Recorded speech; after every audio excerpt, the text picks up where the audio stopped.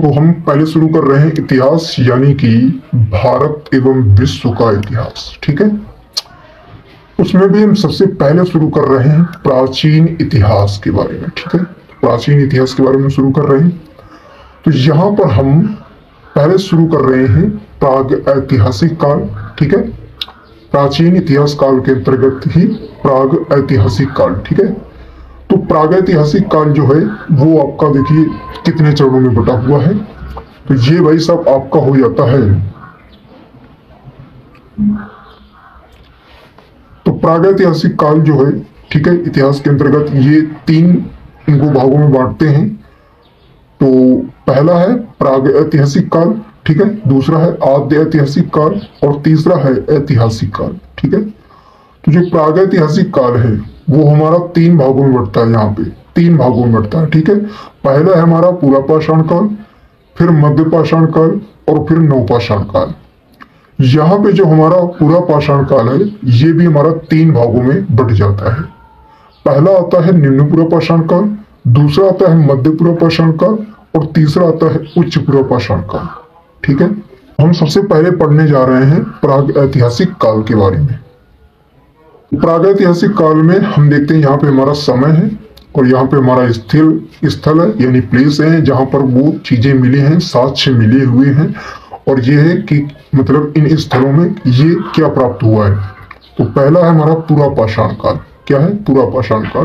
तो पुरापाषाण काल में जो हमारा भीमबेटका होता है, ठीक है, भीमबेटका, ये भीमबेटका से क्या प्राप्त हुए? भीमबेटका से गुफा के चित्र प्राप्त हुए हैं, जिन गुफाओं में घोड़ों पर बैठे हुए आदि मानव का चित्रण किया गया है वो प्राप्त हुए हैं भीमबेटका से। ठीक है, और सराय नाहर राय, ठीक है, और मगहा, इन दोनों स्थानों से मानव के अस्थिपंजर का पहला अवशेष प्राप्त हुआ है। मानव के अस्थिपंजर यानी कंकाल का। ठीक है, अगला है चौपानी मांडू। चौपानी मांडू से आपका वन्य धान का प्रमाण मिला है। दैट्स मीन्स की धान की खेती यहाँ पर की जाती होगी, तो वहां से इसके साक्ष्य मिले हैं। ठीक है, अगला है आदमगढ़ और बागोर। तो आदमगढ़ और बागोर से आपके पशुपालन के प्राचीनतम साक्ष्य मिले हैं। ठीक है, तो पशुपालन के कहां से मिले हैं? आदमगढ़ बागोर से। अगला है हमारा नवपाषाण काल। इस काल की प्रमुख देन है कृषि का विकास, यानी यहाँ पर कृषि का विकास हो गया था और आग का सबसे पहला प्रयोग भी यहीं पे यानी नवपाषाण काल में हुआ था और पहिए का आविष्कार भी इसी नवपाषाण काल में हो गया था। ठीक है, तो यहाँ पे ये जो कोल्डी हवा है, कोल्डी हवा से हमको किसके साक्ष्य मिले हैं? सर्वप्रथम चावल के साक्ष्य यहीं से हमको प्राप्त हुए हैं। अगला है हमारा बुर्ज होम। बुर्ज होम, बुर्ज होम से क्या मिला है? मानव कंकाल के साथ में कुत्ते के कंकाल का भी अवशेष मिला है। कहने का मतलब ये है कि यहाँ पर जब मनुष्य की मृत्यु हो जाती होगी तो उसके साथ कुत्ते को भी उनके मालिक के साथ में दफना दिया जाता होगा, तो वहां से मानव और कुत्ते एक साथ उनके दोनों के कंकाल मिले हैं बुर्ज होम से। ठीक है, अगला हमारा चिरांद। चिरांद से क्या मिला है हमको? पशु हड्डी और हिरण की सींग के उपकरण देखने को मिले हैं। चिरांद से हमको क्या मिला है? पशु हड्डी तथा हिरण के सींग के उपकरण देखने को मिलते हैं। कहां से? चिरांद से। अगला है संगनकल्लू और पिकलीहल और उतनूर। यहां से हमको क्या मिले हैं? संगनकल्लू और पिकलीहल, उतनूर से। यहाँ से हमको मिले राख के टीले के साथ, मतलब राख के ढेर कह सकते हो कि यहाँ से ही प्राप्त हुए हैं। और हमारी आती है अगली सभ्यता, सिंधु सभ्यता। ठीक है, सिंधु सभ्यता। तो सिंधु सभ्यता में इसी को हम बोलते हैं दूसरे नाम में कांस्य युगीन सभ्यता। क्या कहते हैं दूसरे नाम से? कांस्य युगीन सभ्यता। ठीक है, तो सिंधु सभ्यता की जो सबसे सर्व प्रचलित और ये मतलब वैध जो तिथि है वो हमारी क्या मानी जाती है? 2300 ईसा पूर्व से लेकर के 1700 ईसा पूर्व के द्वारा। और इस तिथि का मतलब कैसे पता चला कि इतनी ही प्राचीन है यह सभ्यता? तो इसके लिए कार्बन डेटिंग C14 द्वारा विश्लेषित किया जाता है। ठीक है, इसके बाद जो हमारा विस्तार है ये हमारा चार भागों में बढ़ जाता है। एक उत्तर, एक दक्षिण, एक पूर्व, एक पश्चिम। उत्तर में आपका मांडा और चिनाब तक आता है, दक्षिण में आपका दैनाबाद और गोदावरी तक आता है, पूर्व में आपका आलमगीर हिंडन तट आता है और पश्चिम में आपका सुतकांगेडोर दास्क तट आता है, जिसमें से ये जो दास्क है, ठीक है, सुतकांगेडोर और ये दैमाबाद, ठीक है। वैसे इंपोर्टेंट तो सभी हैं, मांडा एंड आलमगीरपुर, ठीक है, आलमगीर भी है, लेकिन ये दो थोड़ा ज्यादा इंपोर्टेंट है। हम सिंधु सभ्यता के महत्वपूर्ण स्थलों के बारे में और उनकी खोज किसने की, ठीक है। तो सबसे पहले हम पढ़ते हैं हड़प्पा के बारे में। तो हड़प्पा मांटगोमरी जिला, ठीक है, मांटगोमरी जिला में है और पंजाब में पड़ता है। कहाँ पे पड़ता है? पंजाब में, और पाकिस्तान रावी नदी के बाएं तट पर स्थित है। कौन? हड़प्पा, ठीक है। इसकी जो खोज की थी या उत्खनन खड़ता, मतलब इसकी खुदाई जो करवाई थी वो किसने करवाई थी? दयाराम साहनी जी ने करवाई थी। कब करवाई थी? 1921 में करवाई थी, ठीक है। और जब इसकी खुदाई हुई तो उससे क्या प्राप्त हुए? विशाल अन्नागार मिले हैं, ठीक है। सावधान R37 मिला है, मतलब वही कब्र वाला होता है, ठीक है, कब्र वाला जिसमें कुत्ते और उनके मालिक को दफनाया जाता था, वही कब्र यहाँ से मिली है, ठीक है। इसको बोलते हैं हम सावधान R37। और अगला है नृत्य मुद्रा का खंडित धड़ मिला हुआ है, मतलब नृत्य करता हुआ एक मूर्ति मिली है। कहां से? हड़प्पा से। अगला है आयताकार मुहर पर स्त्री के गर्भ से निकलता हुआ पौधा मिला है, यहां से, हड़प्पा से, ठीक है। अगला है हमारा मोहनजोदाड़ो। ये भाई साहब कहाँ है आपका? सिंधु नदी के दाएं तट पर लरकाना जिला पाकिस्तान में है। आप देखेंगे हड़प्पा हो गया, मोहनजोदड़ो हो गया, ठीक है। तो ये क्या है? पाकिस्तान के मतलब किनारे पर बसे हुए हैं। तो मोहनजोदड़ो जो है वो लरकाना जिला जो पाकिस्तान में पड़ता है वहां पर होता है। और उत्खनन करता है यानी इसकी खुदाई किसने करवाई थी? तो वो करवाई थी राखाल दास बनर्जी ने। कब करवाई थी? 1922 ईस्वी में करवाई थी। और इससे जो हमको प्राप्त हुए हैं वो क्या प्राप्त हुए? बृहत स्नानागार और विशाल अन्नागार। देखिए यहाँ पर भी विशाल अन्नागार और बृहत स्नानागार और विशाल अन्नागार यहाँ से भी प्राप्त हुए।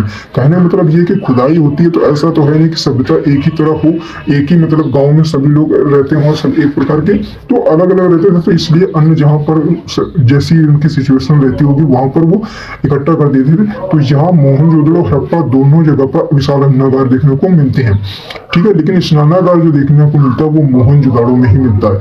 इसमें देखिए नृत्य मुद्रा का खंडित धड़ मिला था, जबकि इसमें क्या मिला है? नर्तकी की कांस्य मूर्ति, ठीक है। अगला है हमारा एक मुद्रा पर पद्मासन की मुद्रा में विराजमान एक योगी का चित्र भी कहां से मिला आपको? मोहनजोदड़ो से देखने को मिलता है। अगला हमारा लोथल। कौन है? लोथल कहां पर है भाई साहब? लोथल आपका पड़ जाता है भोगवा नदी तट पर। कहां पर पड़ जाता है? भोगवा नदी तट पर। ये कहां पर है? अहमदाबाद में है। कहां पर है? अहमदाबाद में है। और ये अहमदाबाद गुजरात में है, सबको पता है। और इसकी जो खुदाई करवाई थी किसने करवाई थी? S.R. राव जी ने करवाई थी, ठीक है। S.R. राव जी ने करवाई थी। कब करवाई थी? 1955 में करवाई थी। और इससे हमको जो प्राप्त हुआ, क्या प्राप्त हुआ? 3 युगल समाधिकरण और डॉकयार्ड यानी गोदीवाड़ा, मनके बनाने के कारखाने। दिस इज इम्पोर्टेंट, ठीक है। मनके बनाने के कारखाने को कहां से मिलते हैं? लोथल से मिलते हैं। हाथी दांत का पैमाना, ये भी इंपॉर्टेंट है पॉइंट। हाथी दांत का जो पैमाना प्राप्त हुआ कहां से मिला हमको? लोथल से प्राप्त होता है अभी सब, ठीक है। अगला हमारा नेक्स्ट जो स्थान आता है वो हमारा था धौलावीरा। ये आपका कहाँ पर पड़ता है? कच्छ का रण यानी गुजरात में पड़ता है। कच्छ यानी गुजरात, आप इतना याद रखिए गुजरात में पड़ता है, ठीक है। इसके जो खुदाई करता थे वो थे RS, कौन? RS बिष्ट जी थे। और इन्होंने खोज कब की? 1967 से 68 JP जोशी के भी, ठीक है। और इससे जो हमको प्राप्त हुए उन्नत जल प्रबंधन व्यवस्था, ठीक है। जो नालियाँ वगैरह होती थी उसमें जो जल बहता था वो यहाँ से हमको देखने को मिल जाता है। अगला है 10 चिन्हों वाला एक शिलालेख भी यहीं से हमको देखने को मिलता है, ठीक है। अगला है हमारा कालीबंगा। ये इंपॉर्टेंट है, ये पॉइंट इंपॉर्टेंट है। कालीबंगा ये जो है ये आपको पड़ता है राजस्थान में हनुमानगढ़ जिले में, ठीक है। और इसकी जो खुदाई की थी बीबी लाल BK थापर जी ने। यहाँ पे आपको 3 देखने पड़ेंगे। यहाँ पे दयाराम साहनी जी, राखाल दास बनर्जी, SR राव, ये 3 इंपॉर्टेंट है। और यहाँ पे जो आपको मिलते हैं कच्ची ईंटों के बने भवन मिलते हैं यहाँ से देखने को, और जुते हुए खेत के साथ ये दोनों पॉइंट इंपॉर्टेंट है। कालीबंगा से आपको देखने को मिलते क्या? कच्ची ईंटों के भवन और जूते हुए खेत के साथ देखने को मिलते हैं। नेक्स्ट हमारा प्लेस आ जाता है राखीगढ़ी। राखीगढ़ी से ये कहाँ पर स्थित है? घग्गर या फिर सरस्वती नदी के तट पर, हिसार हरियाणा में। राखीगढ़ी कहाँ पे है? हिसार हरियाणा में। ठीक है, इसकी खुदाई किसने करवाई थी? सूरज भान ने। किसने करवाई? सूरज भान ने। भारत में स्थित सबसे बड़ा सैंधव स्थल यही है। कौन? राखीगढ़ी। अगला है बनमाली। ठीक है, बनमाली कहाँ पर है? फतेहाबाद हरियाणा में। और इसकी खुदाई RS वेस्ट जी ने करवाई 1973 से 74 में। पक्की मिट्टी की बनी हल की जो आकृति है यहीं से देखने को मिल जाती है, वो बनमाली से। ठीक है, तो ये क्वेश्चन पूछता है कि पक्की मिट्टी की बनी जो हल की आकृति वो कहाँ से देखने को मिलती है? बनमाली से। और रोपड़ से क्या मिलता है हमको देखने को? मनुष्य के साथ पालतू कुत्ता दफनाए जाने का साक्ष्य मिलता है। जो R37 जो डेकयार्ड बना था वो यहीं से आपको देखने को मिल जाता है। और ये स्थित कहाँ पे है? सतलज नदी के तट पर, पंजाब पर स्थित है। ठीक है, तो यहाँ से हमारा सिंधु घाटी की सभ्यता और जो आपका मध्य पाषाण काल, नवपाषाण काल, पुरापाषाण काल, तीनों यहाँ से समाप्त हो जाते हैं। अब हमारा वैदिक युग स्टार्ट हो जाता है, तो वैदिक युग को हम कल देखेंगे। तो चलिए, तो आज के लिए हम इतना रखते हैं और वैदिक युग की कल हम शुरुआत करेंगे। और वैदिक युग हम कल आपको बताएंगे कि वैदिक युग में क्या क्या हुआ था और कितने मतलब मंत्र इसमें इसी में आ जाते हैं। गाना जो होता है ना, सत्यमेव जयते जो लिया गया था वो यहीं पर आपको देखने को मिल जाएगा। ठीक है, तो आई होप कि ये वीडियो आपको अच्छी लगी होगी। तो अगर आपको वीडियो अच्छी लगी है तो वीडियो को लाइक कर दीजिए और इस चैनल को सब्सक्राइब कर लीजिए, ताकि आप हमसे जुड़ करके हिस्ट्री से संबंधित वीडियो देख पाएं और हिस्ट्री को अपनी स्ट्रॉन्ग कर पाएं, ताकि आपकी तैयारी बहुत ही अच्छी तरीके से चलती रहे। तो मिलेंगे नेक्स्ट वीडियो में, तब तक के लिए जहां भी रहें खुश रहें। धन्यवाद।